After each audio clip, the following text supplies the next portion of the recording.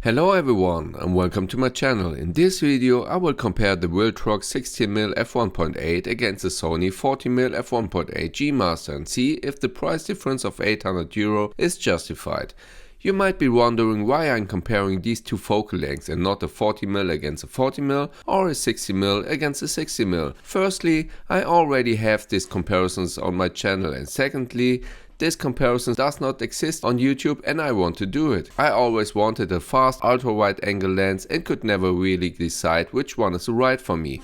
My journey started with the old Samyang 40mm f2.8. This was replaced by the Tamron 70 to 28mm f2.8. Then I bought the newer version of the Samyang 40mm f2.8. This was then replaced by the Sony 40mm f1.8 G Master, which then I sold again to replace it with the Viltrox 16mm f1.8. A year ago I bought the Sony 40mm again. As you can see, I had a long journey to find out which ultra-wide lens suits the best for me, and I will show you why in this video. As always, I will first start with the specs.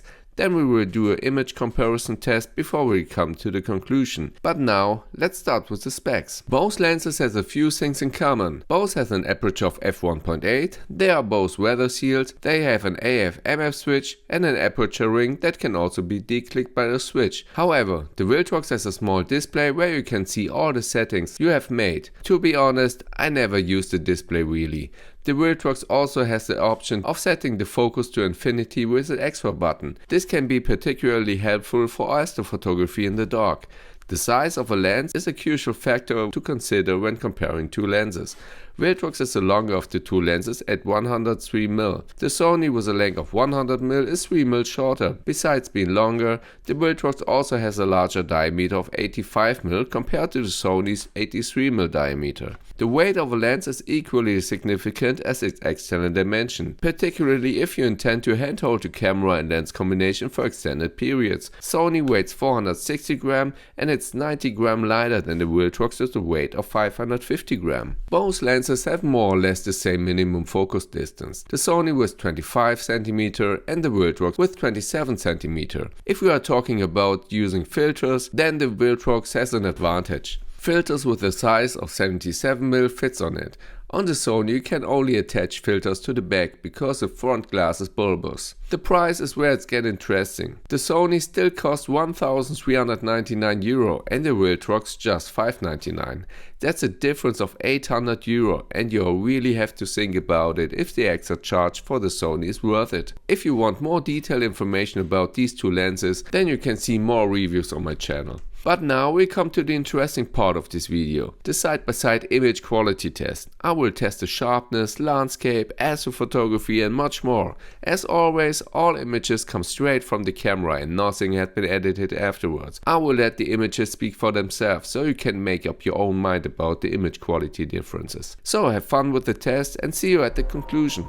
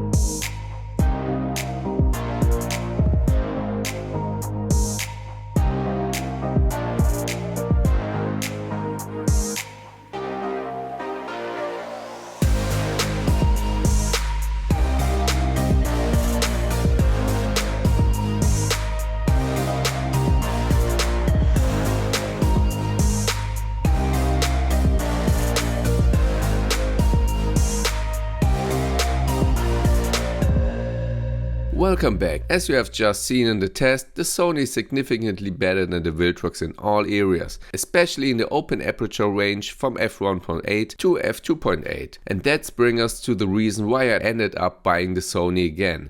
If you know my channel, then you know that I do a lot of astrophotography and I needed good performance.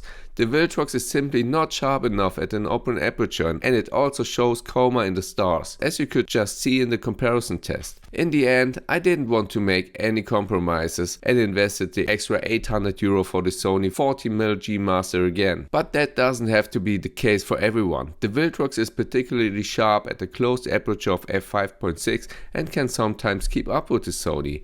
However, if I had been interested in closed aperture photography such as landscape photography, then I could have stayed with the Samyang 40mm or the Tamron 17-28mm, which are also very sharp at closed apertures. If you prioritize optical performance, build quality and a wider focal length, the Sony 40mm is likely the better choice. However, if you are looking for a more budget-friendly option and you can work with a slightly narrower field of view, the Viltrox 16mm is still a solid lens, especially with a price difference of €800.